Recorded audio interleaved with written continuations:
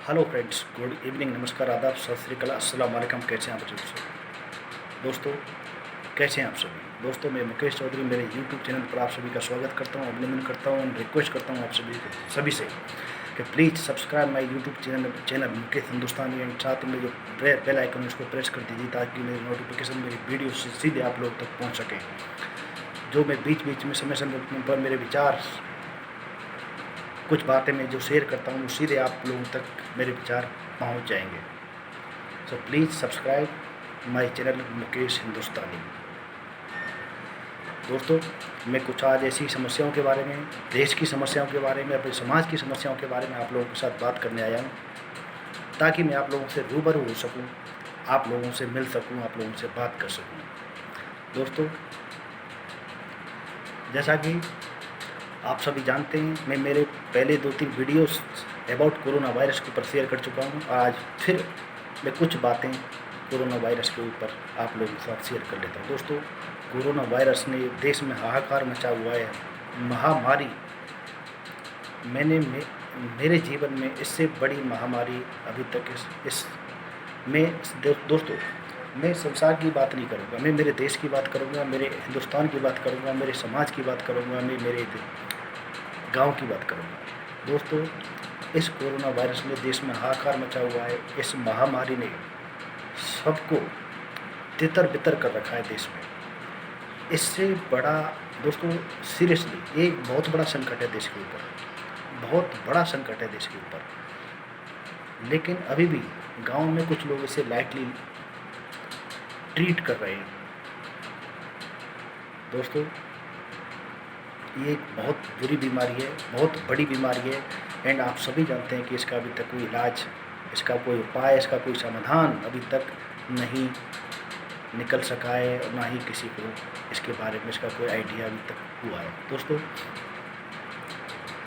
आज 3 लाख से ऊपर हमारे देश में कोरोना वायरस के केस 3 लाख क्रॉस कर चुके हैं हमारे देश में, और दिन रात लगभग 10,000 पर डे की एवरेज के हिसाब से देश में हमारे देश में कोरोना वायरस के मरीज बढ़ रहे हैं। दोस्तों, ये बहुत ही बुरा समय है, बहुत बुरा समय। दोस्तों, बस मैं तो आपसे यही रिक्वेस्ट करूँगा कि जहाँ पर भी हैं सेफ रहें, सुरक्षित रहें, अपने आप को फिट रखें, एक्सरसाइज करें, एक्टिव रहें, और पौष्टिक आहार लें ताकि आपके शरीर में जो इम्यूनिटी है वो बरकरार रहे और वो बढ़ती रहे। दोस्तों, कोरोना वायरस ने देश की आर्थिक स्थिति को तो ख़राब कर ही रखा है, लेकिन साथ में जो हमारे बेचारे मजदूर लोग हैं, गरीब लोग हैं, रेहड़ी ठेला चलाने वाले लोग हैं, गरीब हमारे किसान भाई बहन, इस कोरोना ने सबकी हालत ख़राब कर रखी। दोस्तों, बेशक मोदी सरकार ने किसानों के लिए, गरीबों के लिए, मजदूरों के लिए, शोषित वंचितों के लिए, पीड़ितों के लिए बहुत कुछ उपाय किए हैं। अपने 20 लाख करोड़ का जो पैकेज घोषित हुआ है वो एक राहत भरा कदम है, लेकिन दोस्तों, हमारे देश की जनसंख्या बहुत ज़्यादा है। इस विशाल देश में इस राहत पैकेज से संतुष्टि मिलना थोड़ा सा मुश्किल काम है। दोस्तों, बस मेरी आप सभी से यही रिक्वेस्ट है कि जहाँ भी हैं सुरक्षित रहें, सेफ रहें, अपने आप को महफूज करके चलें। जहाँ भी जाएं मास्क लगा कर ही जाएं, सैनिटाइज़र का उपयोग करें, एंड कम से कम 2 से 3 फीट की लोगों से दूरी बनाए रखें। दोस्तों, जब हम अपने आप को सेफ रखेंगे, हम अपने आप को सुरक्षित रखेंगे, तो हमारा देश, हमारा समाज, हमारा गांव, हमारा कस्बा अपने आप ही सुरक्षित हो जाएगा, अपने आप ही सेफ हो जाएगा। दोस्तों, गवर्नमेंट ने हमको इंस्ट्रक्शन दिया है कि सिर्फ घरों में रहना है, तो दोस्तों सिर्फ घरों में ही रहना है। हाँ, बेशक कोई मजबूरी है, आपको बाहर निकलने के लिए जाना है, आपको जाना ही है, तो आप बेशक जा सकते हैं, लेकिन जो सेफ्टी इंस्ट्रक्शन है उनका उनको फॉलो करें, ताकि आप अपने आप का बचाव कर सकें और अपने समाज का, अपने घर परिवार का बचाव कर सकें। दोस्तों, हमें सिर्फ करना यही है कि अपने घरों में रहना है, सुरक्षित रहना है, और हम अपने घरों में रहकर देश की, समाज की सेवा कर सकते हैं। और आज के समय पर इससे बड़ी सेवा देश की नहीं हो सकती दोस्तों, इससे बड़ी सेवा देश की नहीं हो सकती। दोस्तों, कोरोना एक महामारी के रूप में प्रस्तुत हो चुका है सबके सामने, और हमें इस संकट की घड़ी में सारे देशवासियों को एकजुट होकर इस महामारी का मुकाबला करना है और इस देश को नई ऊंचाइयों पर ले जाना है, ताकि हम उस ऊंचाई पर जाकर हम अमेरिका, रसिया और चीन जैसे देशों को कड़ी टक्कर दे सकें। दोस्तों, मैं दूसरी बात आप लोगों के साथ करना चाहूँगा अबाउट सुसाइड। दोस्तों, मैं क्या दोस्तों, आप भी पिछले कुछ दिनों से, कई टाइम से आप नोट कर रहे हैं, आप भी नोट करते होंगे, देश में सुसाइड करने वालों की संख्या बढ़ती जा रही है। अभी रिसेंटली यस्टरडे हमारे बॉलीवुड के स्टार सुशांत सिंह राजपूत ने सुसाइड किया है। दोस्तों, ये घटना जो कल हुई है वो मेरी घटना समझ से परे है। आखिर ऐसी क्या परिस्थितियाँ इन लोगों के सामने आ जाती हैं कि इनको सुसाइड के लिए मजबूर होना पड़ता है। ये मेरी समझ से परे है, हो सकता है आपकी समझ से भी परे होगा दोस्तों, लेकिन मैं सिर्फ एक बात जानता हूँ दोस्तों, संकट, समस्याएं, चुनौतियाँ, ऐसा कौन है इस देश में, ऐसा कौन इंसान है जिसके सामने चुनौतियाँ ना हो, संकट ना हो, समस्याएं ना हो? तो क्या हम सभी सुसाइड कर लेंगे?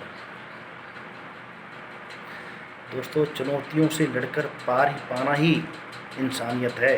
चुनौतियों से पार पाना ही एक अपने इंसान के जज्बे को दिखाता है। तो दोस्तों,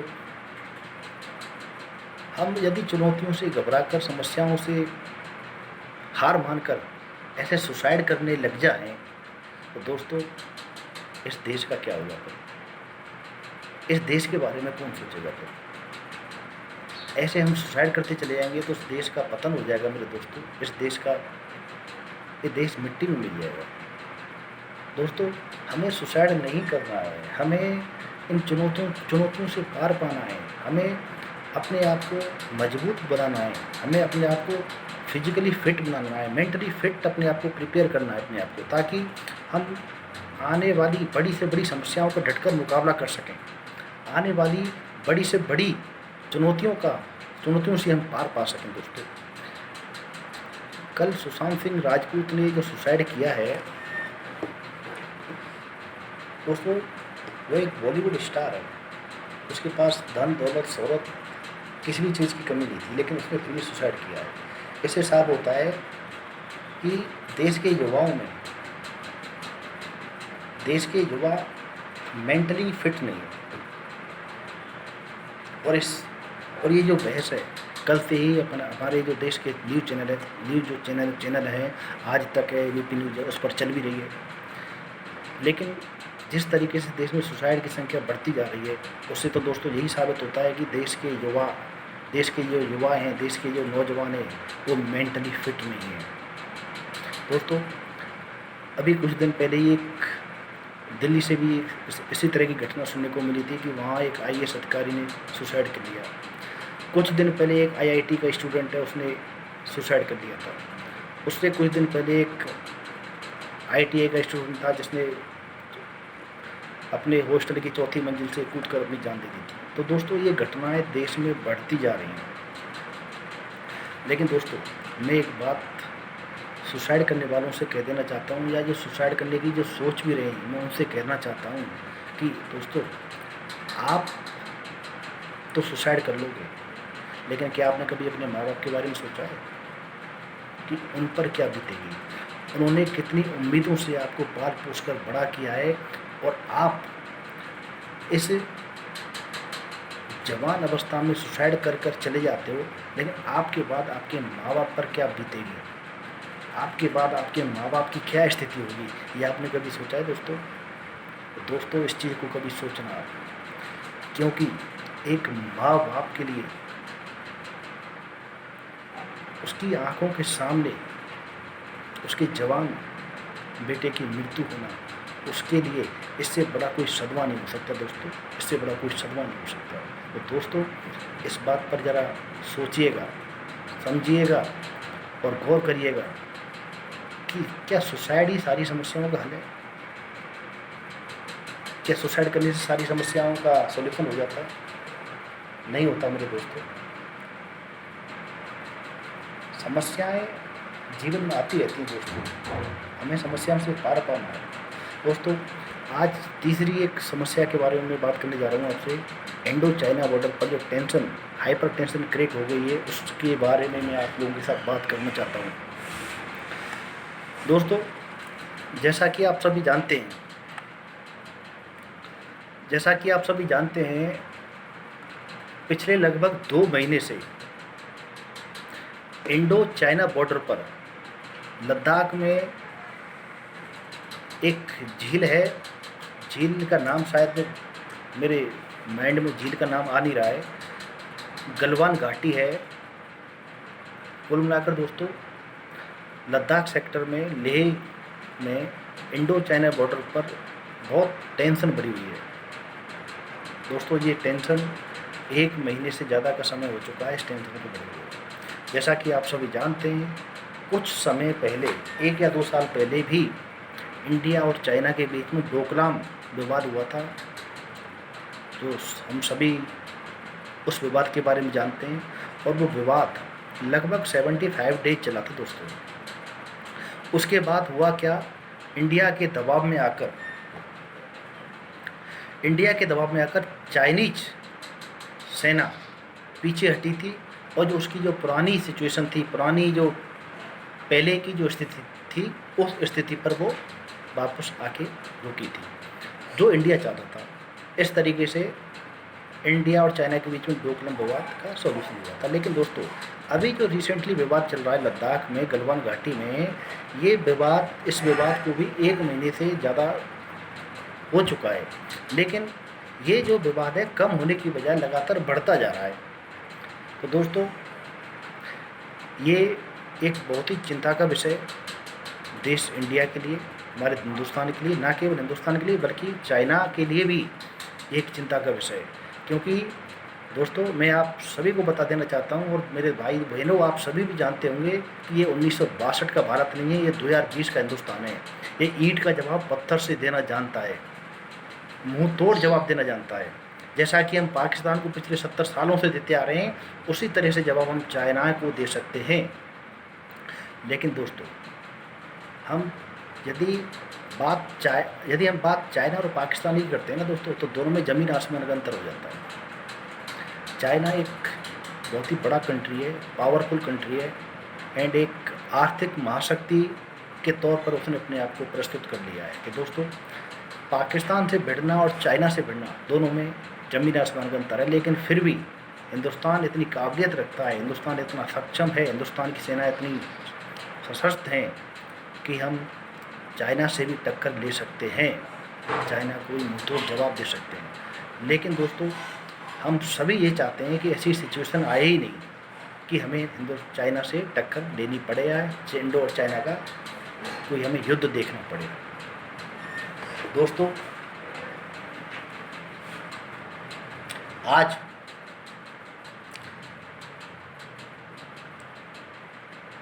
16 जून को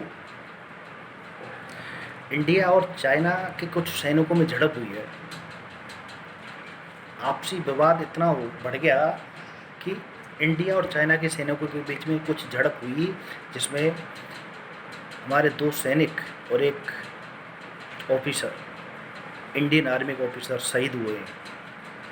और हमें सुनने को ये भी आ रहा है कि चाइना की तरफ से भी 6 से 7 सैनिकों की मृत्यु हुई है, उनको भी मारा गया है, और लगभग 10 से 15 सैनिक चाइना के घायल हुए हैं। तो दोस्तों, सबसे पहले तो हमारे जो 3 बहादुर जाबाज सैनिक शहीद हुए हैं, उनको मैं सलाम करता हूँ, उनको नमन करता हूँ। क्योंकि आज आर्मी की वजह से ही, सेना की वजह से ही हमारा देश सुरक्षित है, सेफ है और हम चैन की सांस अपने अपने घरों में ले पा रहे हैं। दोस्तों, आज न केवल इंडिया की बल्कि पूरे संसार में सभी देशों की आर्थिक स्थिति बहुत ही खराब हो चुकी है इस कोरोना महामारी की वजह से। और ऐसी सिचुएशन में युद्ध का हो जाना, ये तो बहुत ही चिंताजनक बात है मेरे दोस्तों। तो हम सभी यही दुआ करते हैं दोस्तों कि युद्ध जैसी नौबत देश के ऊपर ना आए। मिल बैठकर शांति से इंडिया और चाइना की सरकारें या इंडिया और चाइना के सैनिक मिल बैठकर शांति से आपसी विवाद को निपटाएंगी, सुलझाएंगी और जो सिचुएशन थी, पुरानी जो स्थिति थी, उस पर सैनिक अपने अपने वापस जगह पर चले जाएंगे, जो हम उम्मीद करते हैं, ताकि हमारा देश सुरक्षित रह सके, सक्षम बन सके और देश में जो बेकारी, बेरोजगारी और जो गरीबी इस कोरोना महामारी की वजह से बढ़ी है, ताकि मोदी सरकार उसको दूर करने का प्रयास कर सके। दोस्तों, हमें मोदी सरकार पर पूरा भरोसा है। हमें भरोसा था, भरोसा है और भरोसा रहेगा, क्योंकि हमें उम्मीद है मोदी सरकार ही इस देश को नई ऊंचाइयों पर ले जा सकती है। मोदी सरकार ही इस देश से बेरोजगारी मिटा सकती है। मोदी सरकार ही इस देश से गरीबी मिटा सकती है और मोदी सरकार ही इस देश को महाशक्ति बना सकती है और मोदी सरकार ही इस देश को एक आर्थिक शक्ति के रूप में चाइना के बराबर ला के खड़ा कर सकती है मेरे दोस्तों।